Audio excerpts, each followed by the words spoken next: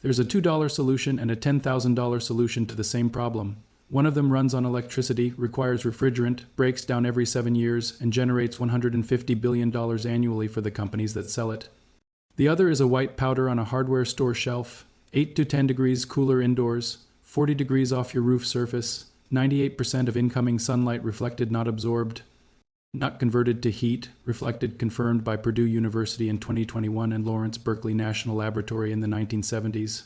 Not almost as good as mechanical cooling, not comparable, measurably, provably better by the metrics that matter. That powder is lime. Calcium hydroxide. It is not rare. It does not require a technician. It costs less than your last cup of coffee, and it has been solving this problem for 4,000 years. They did not forget this existed.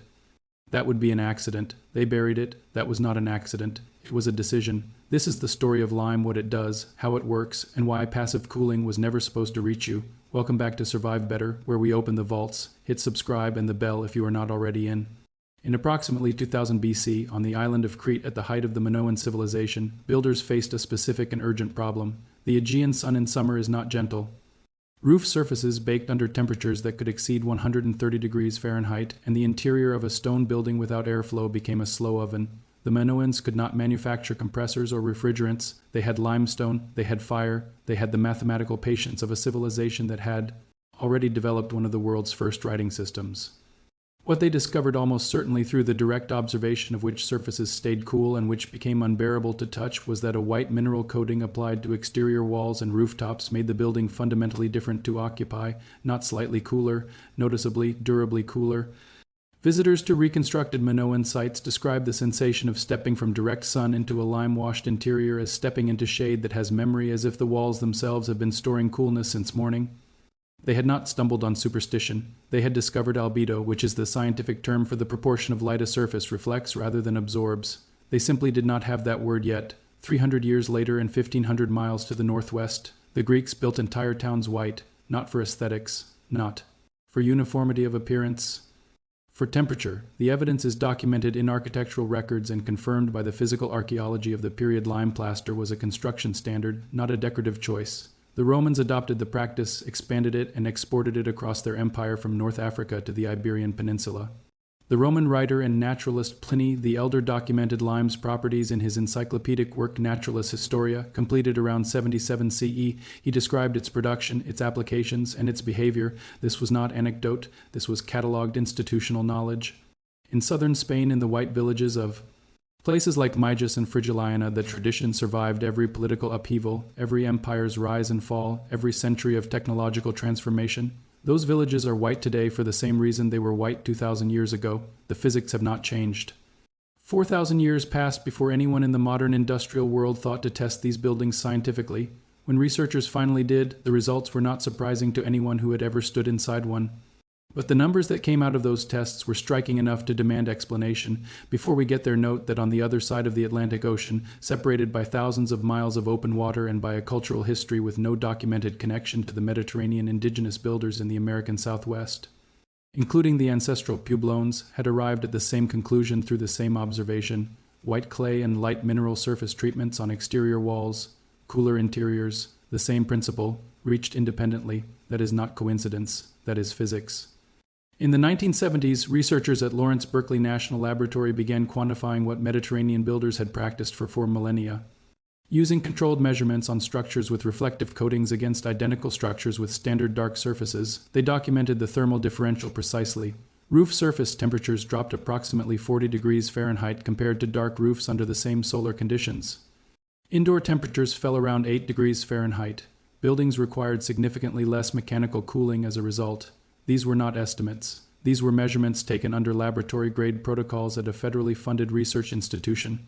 The mechanism operates through 2 simultaneous physical processes. The first is solar reflectance, what scientists call albedo. A dark roof absorbs between 80 and 95% of incoming sunlight and converts it directly into heat. A lime-coated surface reflects between 80 and 95% of that same light before it ever becomes heat inside the structure. The second mechanism is thermal emission. The coating actively radiates absorbed heat back into the atmosphere rather than releasing it slowly into the building's interior. The surface does not just block heat, it expels it. In 2021, materials scientist Yulin Ruin and his team at Purdue University published results that push this principle to its documented extreme. They developed a coating using barium sulfate particles calibrated to multiple sizes, a design that maximizes both reflectance across the solar spectrum and infrared heat emission. Their coating reflected 98.1% of incoming sunlight.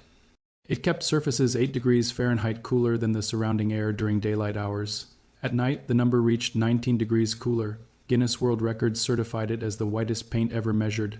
Purdue's own calculations indicated that 1,000 square feet of the coating could generate roughly 10 kilowatts of passive cooling, comparable to the output of a standard residential central air conditioning unit, a roof doing the work of an AC unit, without electricity, without refrigerant, without a compressor that breaks down and costs $3,000 to replace.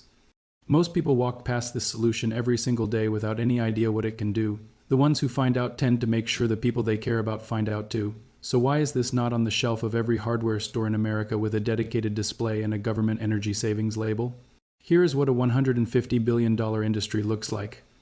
Carrier Train, Lennox, Dakin, Rheem, York, these companies manufacture, sell, install, and service mechanical air conditioning systems. Their revenue model is not a single transaction, it is a recurring one: equipment sales, installation labor, annual maintenance contracts, filter replacements, refrigerant recharges, warranty upsells, compressor replacements after year 7, emergency service calls in August. The financial architecture of mechanical cooling is designed around dependency. The customer who buys an AC unit has committed to a lifetime of associated costs. You cannot patent calcium hydroxide. You cannot trademark the ratio of 1 part lime to 2 parts water. You cannot build a maintenance contract around a mineral that has been documented in building practice since before the Roman Empire. You cannot charge recurring refrigerant fees for a surface that reflects heat using physics. The financial incentive to promote passive cooling solutions like lime washing is, from the perspective of these companies, essentially zero.